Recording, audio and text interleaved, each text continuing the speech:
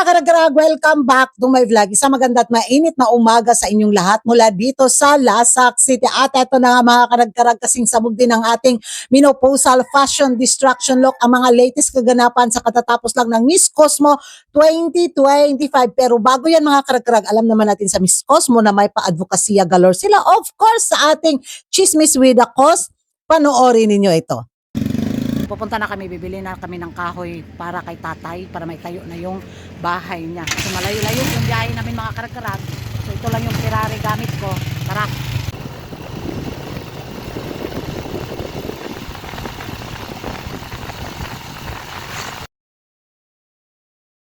Tingnan ako, dito kami bibili ng kahoy. Ang layo ng binahe ng Ferrari ko mga karag-karag. So,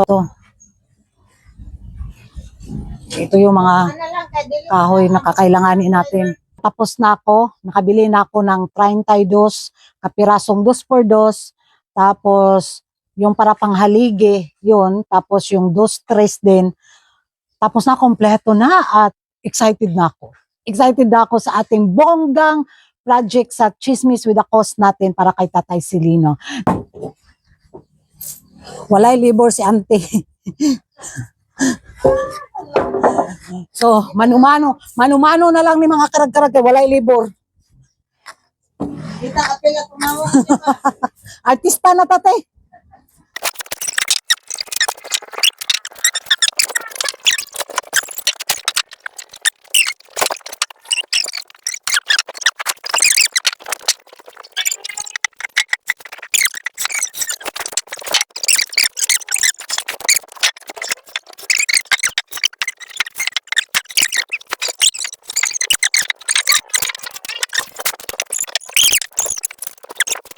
So, ayun mga karag-karag, hindi kasya sa Ferrari ko yung mga kahoy ni tatay. So, mag-aabang kami dito ng van papuntang Dimataling para makarga lahat yung kahoy ni tatay ba.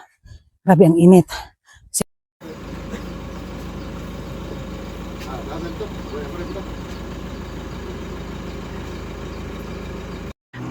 Nagbagolbol na si sir. Kay mahugno gyud iyang van karon. So yun ang mga karag-karag, ning abante na ang kahoy ni tatay. So nagreklamo na ang driver. Ang tag-iya sa van kay nagkabulingit na kuno siya.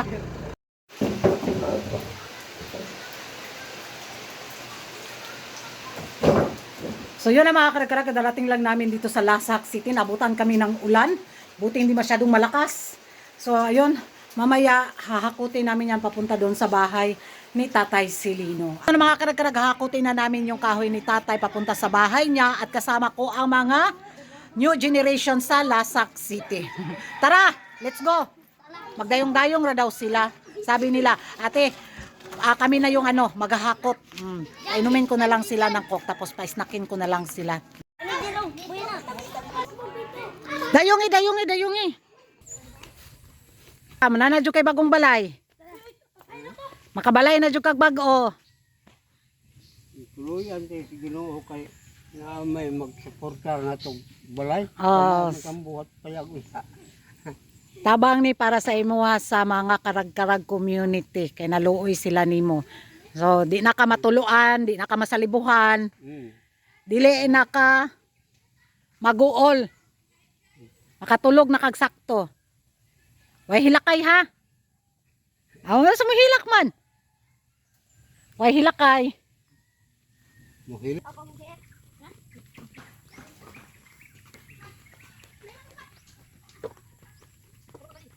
Salamat kung itabangan ko nila. So yun na mga karag-karag, pauwi na ako kasama ko ang mga new generation sa Lasak City. Mangisnak mi, mga migsaging, manginumig coke daw. Kaya gipanghangak sila. Pagbaypod mo. Hi. Hi, pastilang mga dagwayan eh. Siyam na kabuok? Oy.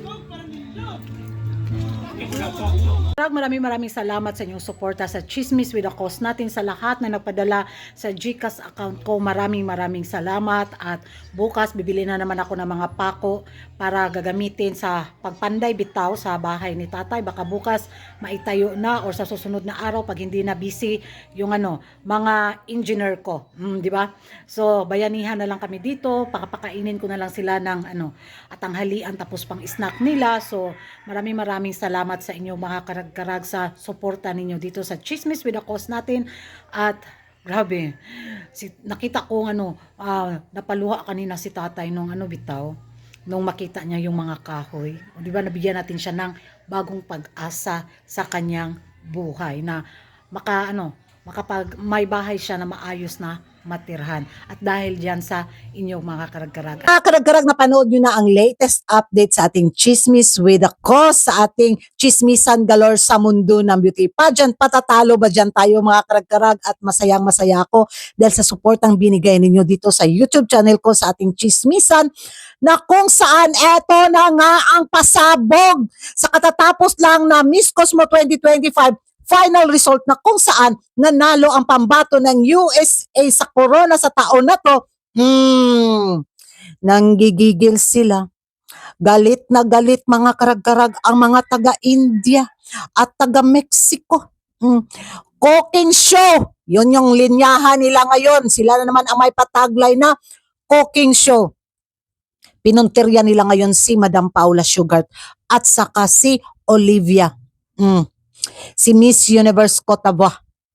Dahil sila daw dalawa ang dahilan kung bakit hindi nakapasok si India at hindi nakapasok si Mexico sa highest placement sa taon na to sa Miss Cosmo 2025. So nananawagan ng ibang mga Indian fans na sana matauhan na daw ang Miss Diva Organization sa pagpapadala ng mga kandidata sa Vietnam, dahil walay daw talaga, ililigwak daw ng mga taga-Vietnam ang kanilang pambato kahit sabihin maganda at magaling sa kudan. Dahil kung nakapasok daw si India sa padibati galore, tiyak lalamunin daw nito si USA. Nga sila. Tapos, ito na naman yung banat din ng mga taga-Mexico dahil naligwak nga din yung kandidata nila. Gumanti daw si Madam Paula sa pambato ng Mexico at saka si Miss Universe Cotabato.